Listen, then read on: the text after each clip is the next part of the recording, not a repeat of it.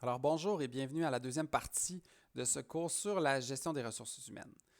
Regardons maintenant qu'est-ce que le processus de dotation. La gestion de la dotation, ça comprend l'élaboration de stratégies de processus qui permettent d'identifier les besoins de l'organisation en effectifs. Donc, qu'est-ce qu'on a besoin comme type de travailleur? C'est quoi leurs compétences? Ensuite de ça, on parle du recrutement, de la sélection des personnes, de l'accueil puis de l'intégration à leurs fonctions et à l'organisation. Si on résume la dotation, c'est à partir du moment qu'on a un besoin dans une entreprise, on intègre des gens, on fait en sorte qu'ils soient capables de fonctionner bien dans notre entreprise, puis on recrute les bonnes personnes. Donc ça, c'est ce qui est le processus de dotation.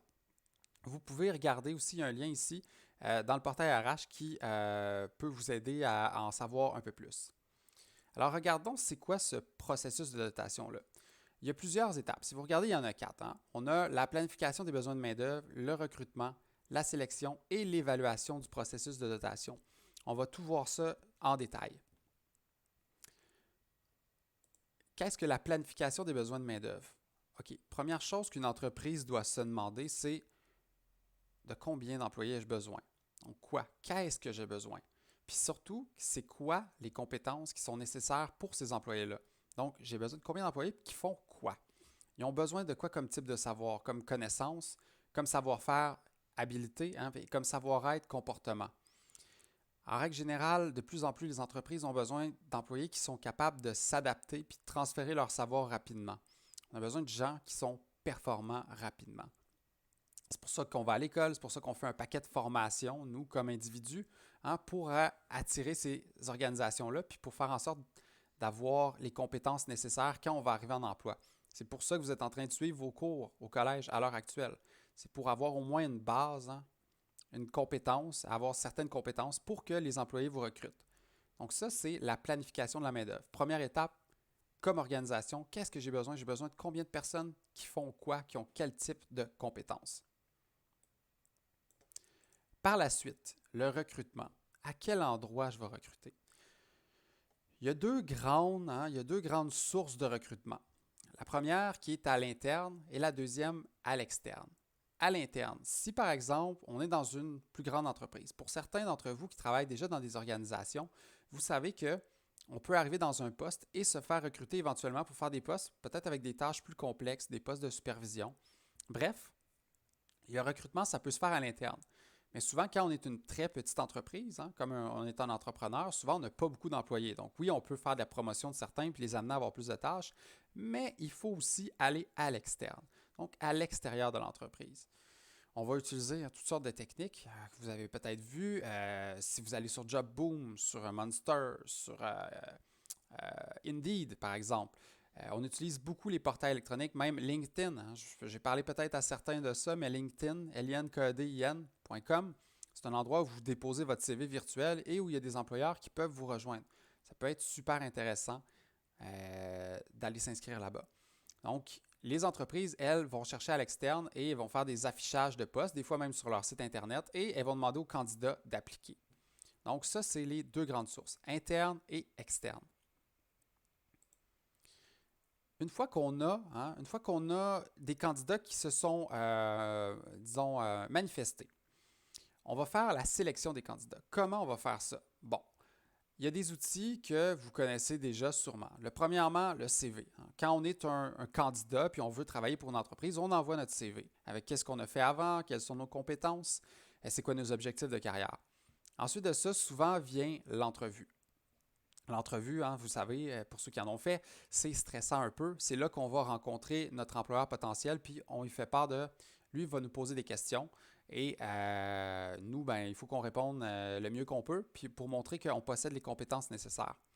Le portfolio aussi, peut-être qu'il y en a qui savent c'est quoi le portfolio, c'est des travaux, du travail que vous avez déjà fait précédemment qui peuvent montrer quelles sont vos compétences. Donc, ça peut être des travaux d'école, mais souvent le portfolio, c'est au niveau professionnel, c'est des mandats professionnels, des travaux professionnels que quelqu'un a réalisés. Et des tests aussi. Peut-être qu'il y en a qui en ont suivi. Des tests pour que l'entreprise, l'organisation, quand on veut engager un employé, on lui fait passer des tests pour savoir est-ce qu'il possède réellement la compétence ou il était juste bon pour nous parler en entrevue.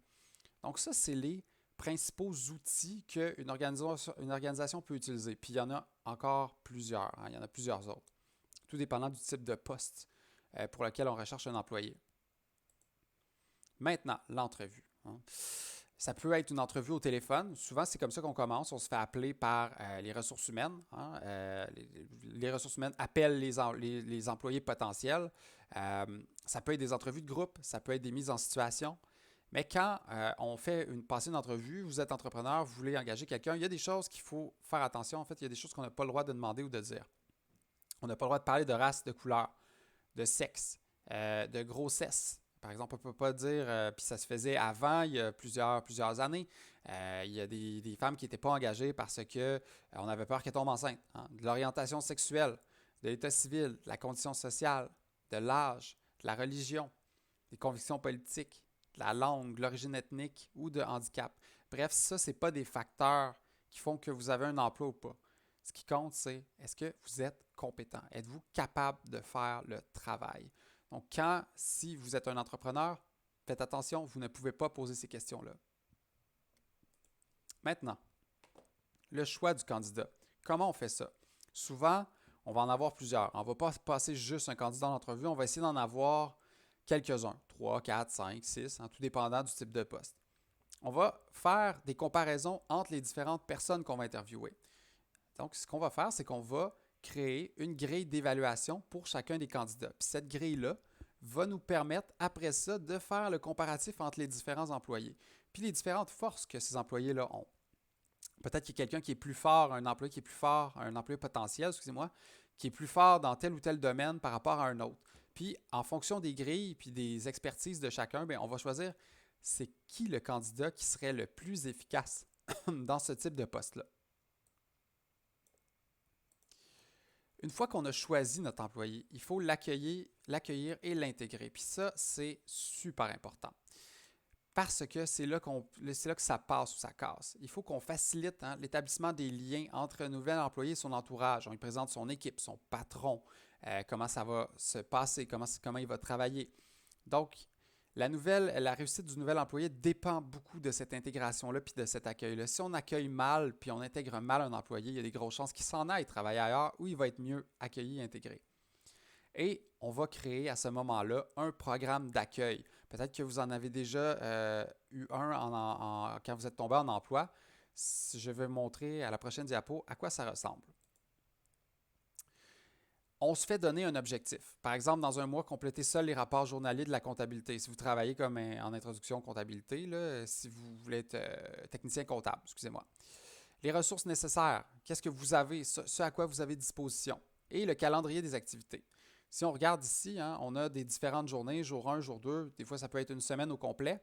On a un programme qui est établi, des rencontres, des choses qu'on va aller voir.